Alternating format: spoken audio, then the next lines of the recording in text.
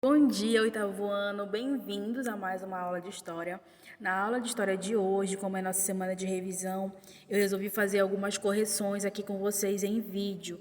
E aí a gente já vai relembrando e revisando os assuntos para o simulado de vocês, que será a semana que vem, tá bom?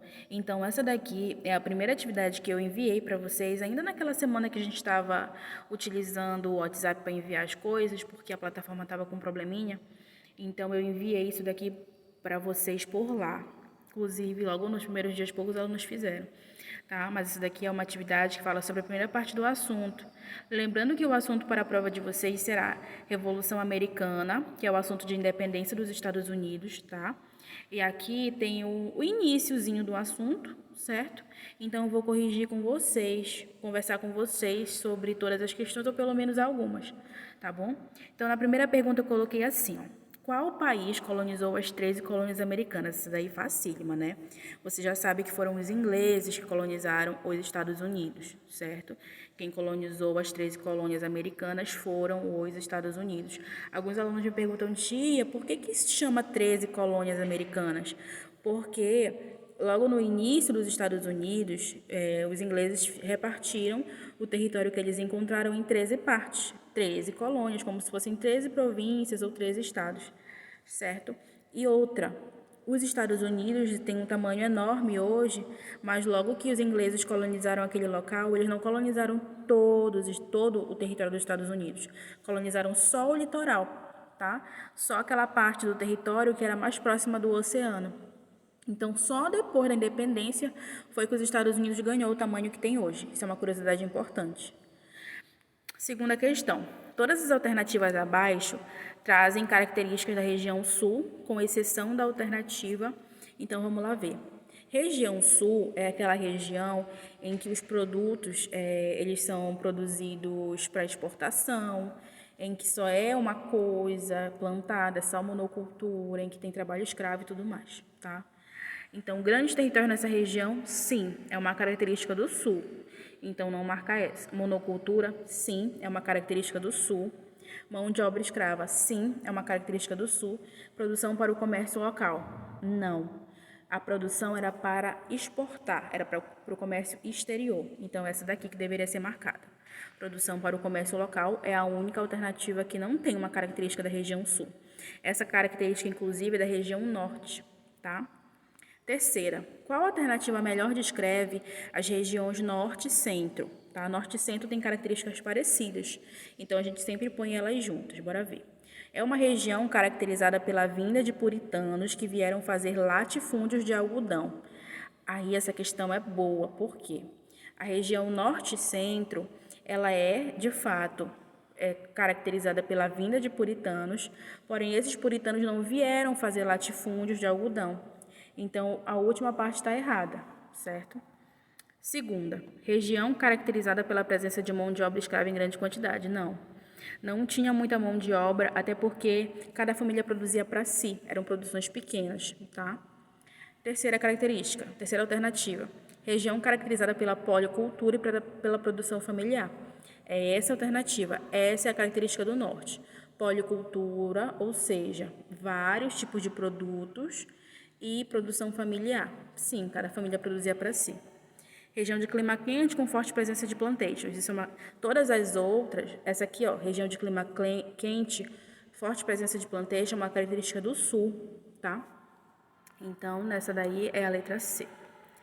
Quais as características de uma plantation? Uma plantation é composta por, bora ver, monocultura, latifúndio, escravidão e exportação. Já é essa, já é a primeira, tá?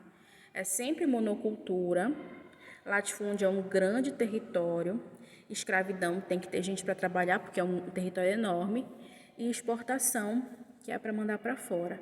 Inclusive, era no sul que tinham as plantations, certo? Aí aqui eu pergunto, de que maneira a Guerra dos 7 Anos afetou os colonos das 13 colônias? Fale em relação aos impostos e também em relação à participação na guerra. Então, A Guerra dos Sete Anos foi uma guerra que aconteceu lá na Europa entre França e Inglaterra. Em primeiro lugar, ela afetou os colonos por quê? Porque aqui na América também houveram conflitos, porque na América também tinha presença de franceses e ingleses, então ingleses acabaram entrando em conflito com franceses, até porque tinham franceses vivendo aqui na América do Norte e tal, então aquela guerra acabou espelhando na América também. Então houve conflito aqui. E em segundo lugar, e mais importante, essa guerra afetou porque após a guerra a Inglaterra entrou em crise, porque ela teve muitos gastos durante a guerra e tudo mais, então ela precisou aumentar os impostos sobre os colonos americanos para poder ela conseguir uma graninha a mais, entendeu? Para equilibrar as contas. Então, após a guerra, a Inglaterra saiu com dívidas e precisou aumentar os impostos sobre os colonos para poder ela conseguir mais dinheiro. Tem alguns alunos que não entendem o que significa isso, o que significa aumentar os impostos. Os impostos eram um dinheiro que a Inglaterra cobrava dos colonos, tá? Por exemplo, aqui no Brasil, lembra do Brasil na época da mineração? Aqui no Brasil, todo o ouro que você encontrasse, 20% já era do rei de Portugal. Isso era um imposto que as pessoas pagavam na época da mineração. A mesma coisa acontecia lá na Inglaterra, tá? Então a Inglaterra aumentou esses impostos lá, o que causou a revolta nos colonos americanos que não queriam pagar mais impostos, tá? Aí aqui eu coloquei, descreva com suas palavras como ocorreu o massacre de Boston. O massacre de Boston é simples. Logo após esse aumento de impostos que eu estou falando para vocês, os colonos começaram a se revoltar. E eles falaram assim, a gente não aguenta mais o domínio inglês, a gente não quer mais pagar impostos e tudo mais. E aí saíram para as ruas para se revoltar. Lá em Boston, um dos protestos acabou em briga, em massacre. Os soldados ingleses acabaram massacrando as pessoas que estavam protestando. Então isso ficou muito marcado na história americana. Tá? E foi um dos motivos também que depois, alguns meses depois, vai causar a declaração de independência desses colonos americanos. Aí aqui ele fala, o que motivou a festa do chá de Boston? Porque os colonos americanos jogaram 300 caixas de chá inglês no mar. Então foi assim. Logo após o massacre de Boston, os ingleses criaram uma lei chamada Lei do Chá. A Lei do Chá dizia que os americanos só poderiam comprar chá autorizado pela Inglaterra, tipo assim, o chá inglês. O chá que a Inglaterra dissesse que podia ser vendido lá nas 13 colônias. Só que os colonos queriam comprar o chá que eles quisessem, o chá mais barato, o chá que eles gostassem. Eles ficaram revoltados com isso e invadiram um navio inglês e derrubaram 300 caixas de chá no mar. Gente, foi um desastre. E aí a Inglaterra ficou possessa com isso, é claro, né? E os colonos demonstraram que eles estavam ali para lutar contra a presença inglesa e que eles não iam mais aceitar esse negócio de lei do chá, de aumento de impostos e tudo mais. Aí eu perguntei aqui sobre a videoaula. Na videoaula eu mostro para vocês como é Boston, e foi o local em que aconteceu o massacre de Boston e a festa do chá. Então é um local muito relacionado com a independência, tá? E aqui no final eu perguntei assim, após o episódio da festa do chá de Boston, os colonos decidiram que não dava mais para adiar a independência. Então, a partir disso, o que eles fizeram? Logo após a festa do chá de Boston, o George Washington, que é um colono lá americano, ele reuniu as 13 colônias, representantes dessas 13 colônias, para eles conversarem. Eles fizeram 2 reuniões. Após essas 2 reuniões, eles decidiram o quê? Decidiram que eles iam declarar a independência das 13 colônias. E assim eles fizeram. Eles escreveram a declaração de independência, todos assinaram e tudo mais, e falaram, agora nós somos independentes da Inglaterra. Mas, entretanto, todavia, porém, a Inglaterra não aceitou essa independência e houveram vários anos de conflito até que a Inglaterra aceitasse. Mas a declaração de independência foi feita logo após essas 2 reuniões e é a data que os americanos têm como a data da independência deles, que é 4 de julho, tá? Aí aqui embaixo eu pergunto, qual a participação da França no processo de independência americana? A França ajudou os americanos a ficarem independentes da Inglaterra, porque lembra que lá na Guerra dos 7 Anos era França versus Inglaterra? Pois é, aí agora nas guerras de independência, em que a Inglaterra não estava aceitando a independência dos Estados Unidos, a França foi lá e ajudou os Estados Unidos a conseguirem alcançar essa independência.